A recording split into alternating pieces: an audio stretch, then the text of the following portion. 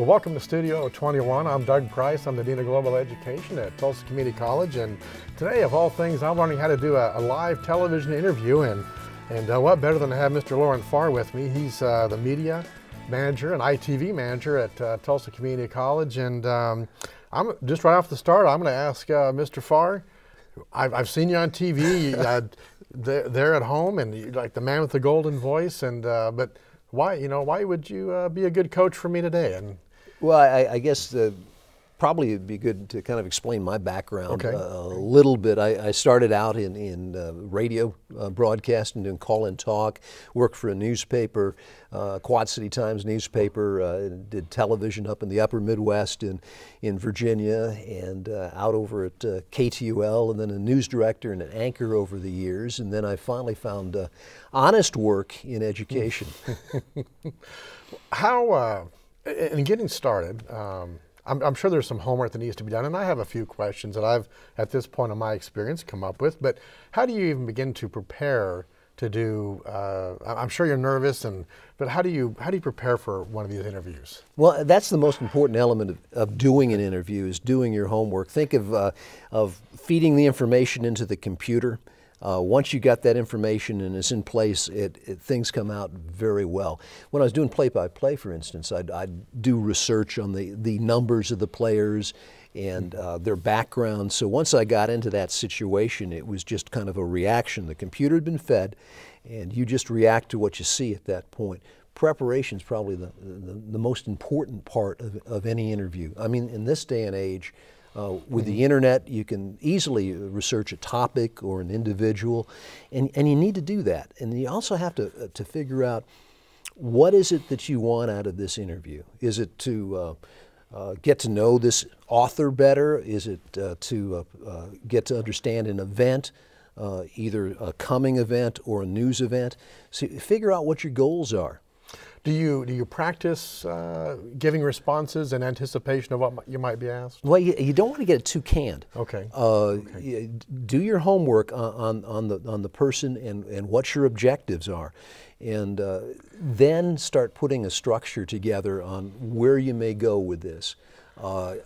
Ironically, when I was doing live shots, for instance, as a field reporter, instead of having a specific script, I'd put down 6 key words and maybe a cue line so the people back at the station would know when to roll the video. And nowadays, when I'm doing this kind of format of about a half an hour, I put those key words in, and then I start doing something that I didn't realize I was doing, but I'm creating a word cloud, where I have certain key areas I want to get to, and I have a structure of an idea of where I want to go. Well, with all the lights, camera, and action of the studio, how do you even begin to keep your focus? Well, that's where doing your homework and getting lost, not lost, but getting focused on the individual and the conversation. And then all that stuff disappears. When I was doing call and talk, it was almost like you had you were a disembodied voice, and you were communicating with another person. It was a very pure form of communication.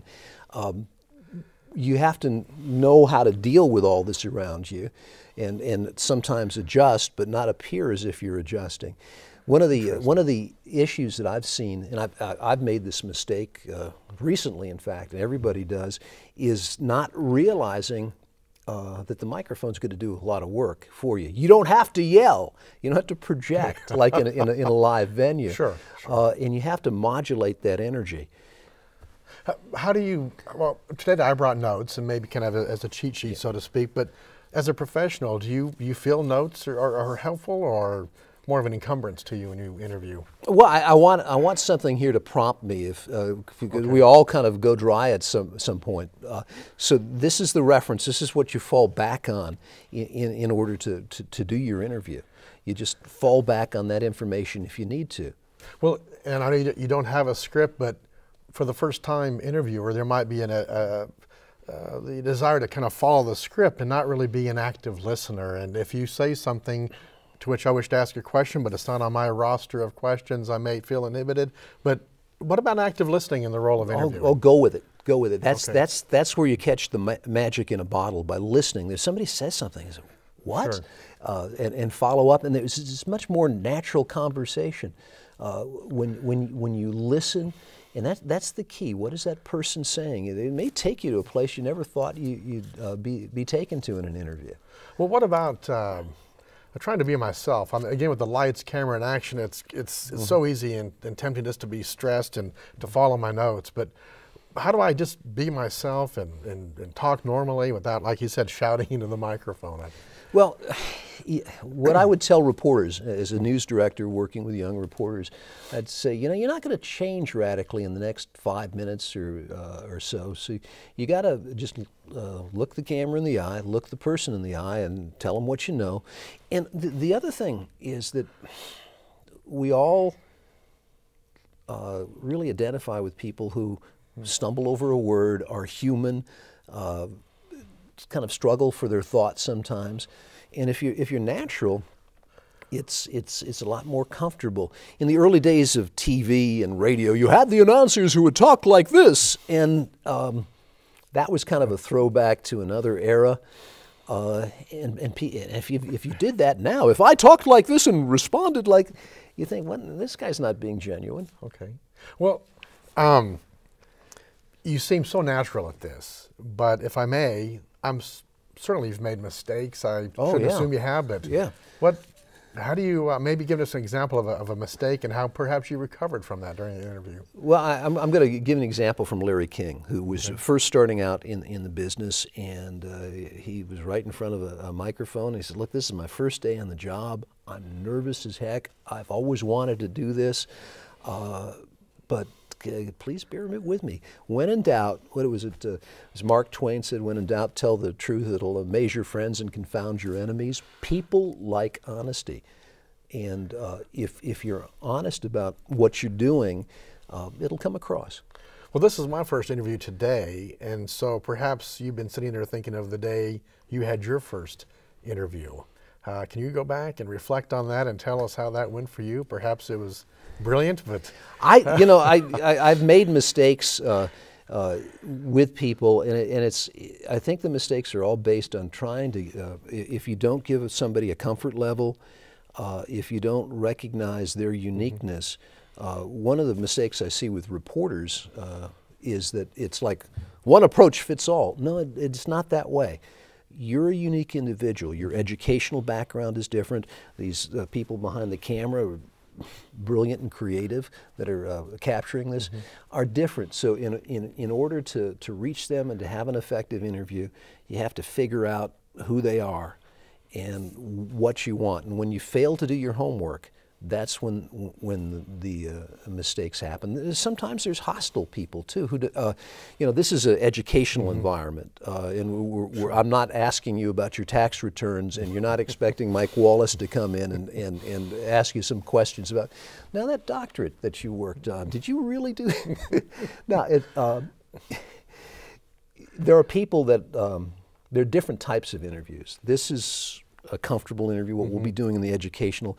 Sometimes as an interviewer, you have to be confrontational. Years ago, I was covering a news conference, and it was about child abuse in this area. And they had the district attorney, the county attorney, and these officials, which I refer to as officialdom. And they were talking in very clinical terms. And that doesn't get to the issue of child abuse and why we should care and what are the problems. So I purposely got this person angry. I wasn't being mean about it. I just asked, a tough question, because in television, you want to have somebody who has got a passion about something. Sure. So you're talking about this, and you got all these statistics. What do you really mean? What are you facing on a day-to-day basis? And the guy looked at me, and he's an anger in his eyes, and he said, "You don't want to know the specifics. It is so awful." And then he kind of like, you can't handle the truth. Yeah. And it was basically the same kind of strategy. So there are different environments for different questions. I've failed to connect sometimes. Most of all, that's been connected to not doing your homework ahead of time, not figuring out what your goal is and who this person is and how best to reach them. Well, for that student who might be watching this as an educational opportunity to maybe consider doing this, but they're just saying inside, there's no way I can get up there and do that. I mean, I appreciate what that guy's trying to do, and this other guy, Mr. Loren Farr, is fantastic, but I could never do that. What type of encouragement could you provide to get that student over the hurdle, to get them up into this chair, to give this a try? Just do it. Just repetition, repetition, repetition. Recently, Art Linkletter died, and most young people don't know who he was, but he was one of the pioneers of radio and TV. I guess I'm not young then. So. Yeah, yeah. But part of what his key was he started out and he got a gig going to these state fairs doing these interviews, and he did thousands of interviews, and with that repetition he learned certain things. Some of what he learned about editing or about interviewing he knew on a certain level. Other parts of it is almost it's subconscious. It's how you relate to somebody, but it's an incredible high when you can do an interview and you can get lost in making that connection, and you don't worry about those cameras or that light or this microphone. I have one more question, and as I sit here, I have an itch on my head.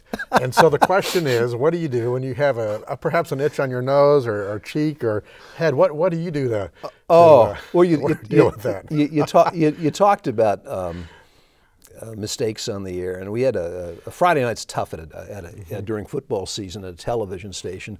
Sports guys and photographers are all running around, and our sports guy is an African-American gentleman who's working down in Austin, Texas now, had paper on his face. And I kind of tried to surreptitiously say, hey, wipe it off. What I should have done is say, you know, this is the truth, guys. We are sprinting to get you highlights from 12 football games, and Greg has just run down 2 flights of stairs to be on this set, and he's got a piece of paper on his face. So why don't we point that out and let him take that off, let him take a breath, and then let's go to the highlights. Tell him the truth. That's a great story. This has been great, very educational for me, and I hope those who will view this will benefit as well. So thank you for joining us. And again, this is Studio 21, and I'm Doug Price, the Dean of Global Education at Tulsa Community College. Thank you.